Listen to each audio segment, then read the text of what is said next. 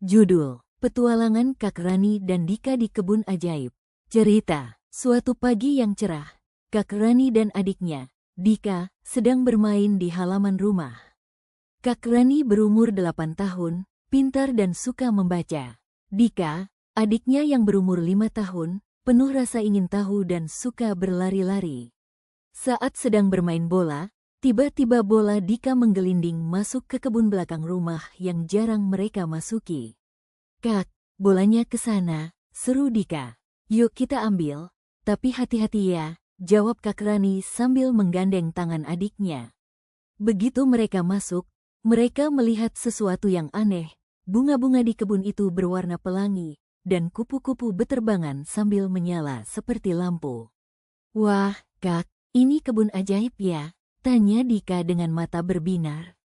"Mungkin, tapi kita harus tetap hati-hati," kata Kak Rani.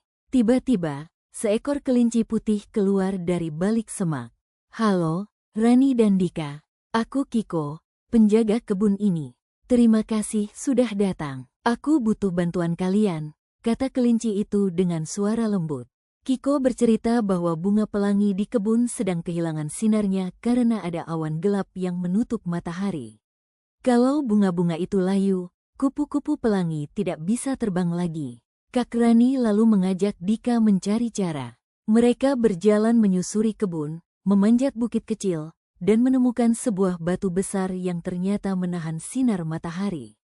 Dengan bekerja sama, Kak Rani dan Dika mendorong batu itu pelan-pelan sampai sinar matahari kembali menyinari bunga pelangi.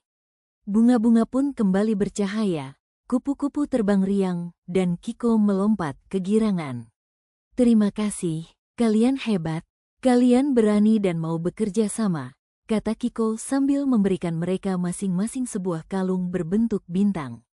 Saat mereka kembali ke halaman rumah, kebun itu sudah terlihat seperti biasa. Tapi kalung bintang itu tetap ada, mengingatkan mereka bahwa kebun ajaib benar-benar nyata. Pesan moral dari cerita ini: kerjasama dan keberanian bisa membuat hal sulit menjadi mudah. Dan selalu bantu siapapun yang membutuhkan. Rahasia Sungai Emas. Keesokan harinya, Kak Rani dan Dika penasaran dengan kalung bintang yang mereka dapat dari Kiko. Saat Dika sedang memegang kalungnya, tiba-tiba kalung itu berkilau dan mengeluarkan suara ting ting ting seperti lonceng kecil. "Tuh Kak, kalungnya nyala," seru Dika. "Berarti Kiko memanggil kita lagi," kata Kak Rani. Mereka pun berlari ke kebun belakang. Ajaibnya, kebun itu kembali berubah menjadi kebun pelangi yang indah.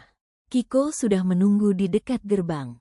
"Kali ini aku butuh bantuan kalian untuk menemukan sungai emas," kata Kiko. Airnya mulai mengering, padahal semua hewan di kebun membutuhkannya. Rani dan Dika mengangguk. Mereka mengikuti Kiko melewati padang bunga, hutan mini, hingga tiba di sebuah tebing kecil. Dari atas, mereka bisa melihat aliran sungai yang memudar warnanya. "Lihat Kak, airnya jadi keruh," kata Dika. Rani menunduk dan melihat ada ranting dan batu besar yang menyumbat aliran sungai.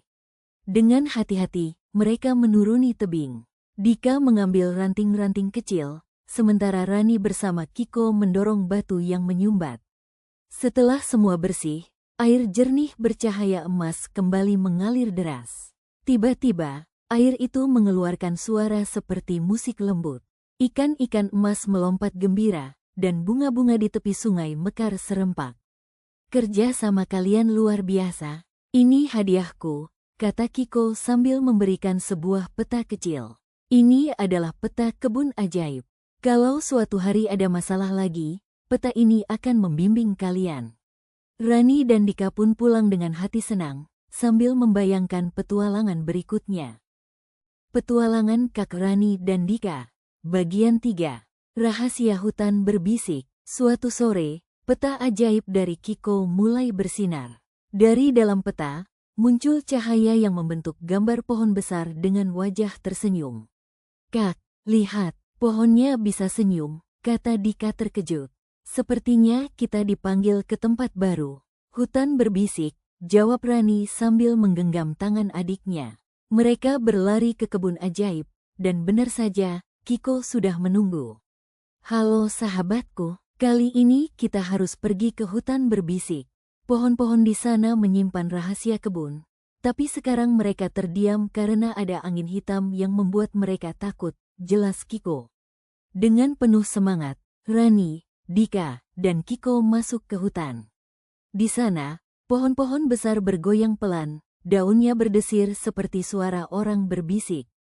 Tolong kami, suara itu terdengar lirih. Ternyata, di tengah hutan ada batu hitam yang membuat angin jahat berhembus. Rani mengajak Dika untuk bernyanyi bersama, seperti lagu yang biasa dinyanyikan ibu di rumah. Ayo, kita coba buat hutan ini ceria lagi, kata Rani. Mereka bernyanyi sambil berpegangan tangan, dan ajaib. Cahaya dari kalung bintang mereka memancar, menghancurkan batu hitam. Angin jahat hilang, dan pohon-pohon pun bisa berbicara lagi. Terima kasih, anak-anak. Karena keberanian dan kebaikan kalian, hutan ini kembali hidup, kata pohon tua dengan suara berat tapi hangat. Sebagai hadiah, pohon tua memberi mereka sebuah daun emas bercahaya. Ini kunci untuk petualangan berikutnya, katanya penuh misteri. Rani dan Dika pulang dengan hati penuh bahagia, sambil bertanya-tanya, rahasia apa lagi yang menanti mereka di kebun ajaib. Pesan moral. Keberanian, nyanyian kebahagiaan, dan hati yang baik bisa mengalahkan ketakutan.